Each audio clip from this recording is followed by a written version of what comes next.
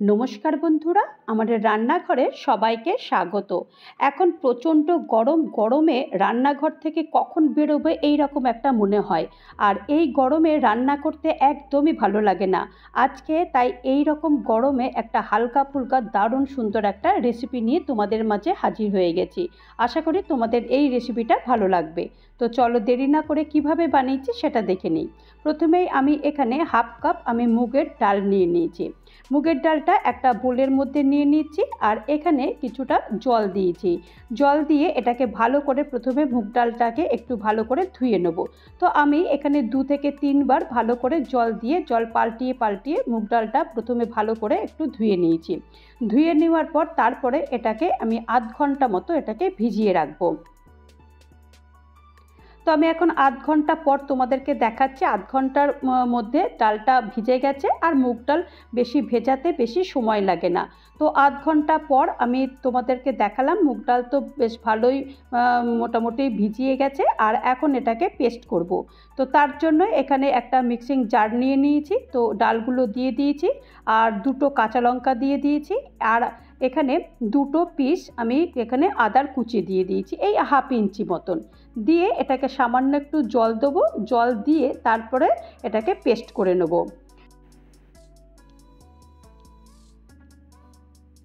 দেখো আমি এখন পেস্ট করে নিয়েছি। পেস্টটা একটা পাত্রের মধ্যে আমি এটাকে ঢেলে দিয়েছি আর কিছু উপকরণ মেশাবো। তার মধ্যে স্বাদ মতো প্রথমেই এখানে নুন দিয়ে দিয়েছি আর হাফ চামচ মতো এখানে আমি কালো জিরে দিয়েছি। কালো জিরে দিলে বেশ বড়াগুলো খেতে কিন্তু খুব ভালো হয়। আর হাফ চামচ মতো আমি এখানে হলুদের গুঁড়ো দিয়েছি। এগুলো দেওয়ার পরে এটাকে ভালো করে এটাকে মিশিয়ে দিচ্ছি। হলুদ, নুন, কালো জিরে যাতে বেশ ভালো করে এটাকে মিশে যায়। মিশিয়ে নেওয়ার পরে তারপরে এগুলোকে আমি পাকোড়া বানাবো। তো পাকোড়া বানাবার জন্য প্রথমেই আমি গ্যাসে কড়াই বসিয়ে দিয়েছি আর বেশ খানিকটা তেল গরম করতে দিয়ে দিয়েছি। আর এখানে তেলটা পরিমাণটা আমি বললাম না, কারণ ভাজবার জন্য তো অনেকটাই তেল লাগে। তো সেই কারণে তেলটা আমি পরিমাণ মতো দিয়ে দিয়েছি। দিয়ে দেওয়ার পর তারপরে এই ডালের থেকে একটু একটু বড়া যেমন করে সেই রকম একটু একটু করে দিয়ে এই বড়াগুলো বানিয়ে নেব। তো বড়াগুলো তো প্রথমে দিয়ে দিয়েছি, দিয়ে একটুখানি 5 মিনিট মতো এটাকে নিজে থেকেই হতে দিয়েছি। হতে দেওয়ার পরে তারপরে এগুলো একটু উল্টে পাল্টে এই বড়াগুলো সব ভেজে নেব।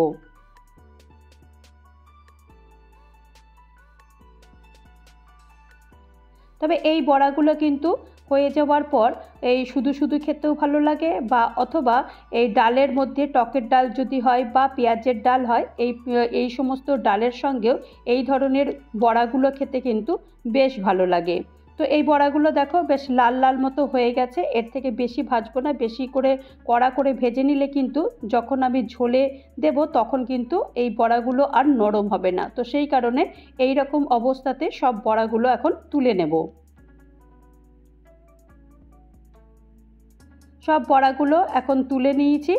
আর চলো এবার সবজি নিতে হবে। তো কি সবজি নিই সেটা একবার দেখে নিই। এখানে আমি 2টো ঝিঙে নিয়ে নিয়েছি। ঝিঙেগুলোকে এরকম ভালো করে এটাকে ছাড়িয়ে নিচ্ছি। ছাড়িয়ে নেওয়ার পরে তারপরে ঝিঙেগুলোকে এরকম কেটে নেব।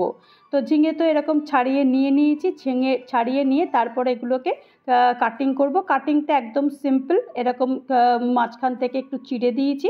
চিড়ে দিয়ে তারপরে একটু ডুমো ডুমো করে এইগুলো কেটে নিয়েছি। তো একটুখানি সামান্য একটু বড় বড় করে নিলেই ভালো, কারণ ঝিঙে তো এমনিতেই খুব তাড়াতাড়ি গলে যায়। তো সেই কারণে ঝিঙে একটু বড় বড় কেটে নেওয়াই ভালো। তো ঝিঙেগুলোকে এরকম করেই আমি সব ঝিঙেগুলো কেটে নিয়েছি। কেটে নেওয়ার পর তারপরে যে কড়াইতে বড়া ভাজার তেল ছিল, তো সেই তেলটা একটুখানি কমিয়ে নিয়েছি। কমিয়ে নেওয়ার পর তারপরে এখানে আমি হাফ চামচ মতো আমি এখানে কালো জিরে আর একটা শুকনো লঙ্কা ফোড়ন দেওয়ার পরে আলুগুলো দিয়ে দিয়েছি। এখানে আমি একটা আলু দিয়েছি আর স্বাদ মতো নুন দিয়ে দিয়েছি আর হাফ চামচ হলুদের গুঁড়ো দিয়েছি। এরপরে ভালো করে আলুগুলোকে ভেজে নেব। আলুগুলোকে একটু লাল লাল মতো করে ভেজে নেব। আলুগুলো যতক্ষণ লাল লাল না ভাজা হয় ততক্ষণ একটু এইভাবেই একটু এপিট ওপিট করে এরকম আলুগুলোকে সব ভেজে নেব। তো দেখো আলুগুলো কিন্তু লাল লাল ভাজা হয়ে গেছে। এরপরে আমি ঝিঙেগুলো যে কেটে রেখেছিলাম সেই ঝিঙেগুলো সবটাই দিয়ে দেবো। আর সামান্য একটু পরিমাণ হলুদ গুঁড়ো দিয়েছি। হলুদ গুঁড়ো দেওয়ার পরে তারপরে ভালো করে আলুর সঙ্গে ঝিঙেটা বেশ ভালো করে হালকা হালকা করে এটাকে ভেজে নেব। তো আলু আর ঝিঙে একটু ভাজার পরে আমি এখানে হাফ চামচ মতো আমি এখানে কাশ্মীরি লাল লঙ্কার গুঁড়ো দিয়েছি। এটা পুরোটাই অপশনাল, আমি ভাবলাম একটু কালারটা একটু সুন্দর আসবে, যদিও এই রান্নাতেতে কালারটা তেমন খুব একটা ম্যাটার করে না, তো আমি সামান্য একটু ভালো লাগবে বলে তাই দিয়েছি।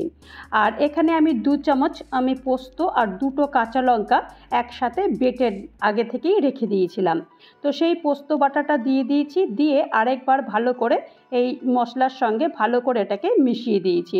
কোনো মশলাই লাগবে না, একদম মানে সিম্পল একটা রান্না। আর এখন জল দিয়েছি, এখানে আমি 2 কাপ মতো এখানে জল দিয়েছি, কারণ এই রান্নাটা কিন্তু একদম একটু ঝোল ঝোল মতো হবে, তো সেই কারণে একটু জলের পরিমাণটা এখানে একটু বেশিই দিতে হবে। আর একটু স্বাদ বাড়াবার জন্য আমি 2টো কাঁচা লঙ্কা এখানে চিড়ে দিয়েছি। চিড়ে দেওয়ার পরে তারপরে এই যে আগে থেকে বড়াগুলো যে ভেজে রেখেছিলাম সেই বড়াগুলো দিয়ে দিয়েছি, আর হাফ চামচ মতো এখানে চিনি দিয়ে দিয়েছি। দেওয়ার পরে তারপরে এটাকে ভালো করে একটু নেড়েচেড়ে দিতে হবে।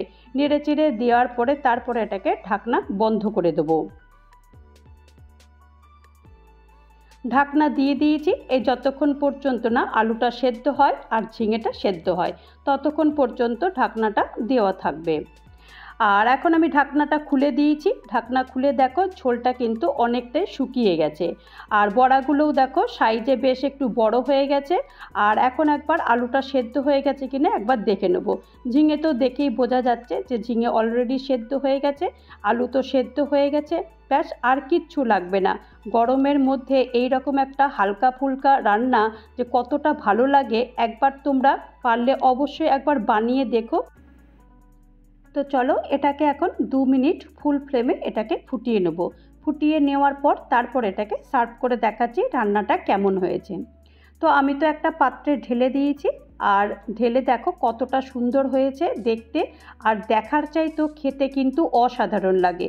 গরমের মধ্যে আমাদের তো বাড়িতে প্রায় মাছ মাংস হয়েই থাকে, মাছ মাংসর চাইতেও এই রান্নাটা একবার বানিয়ে দেখতে পারো, ভীষণই ভালো লাগবে খেতে।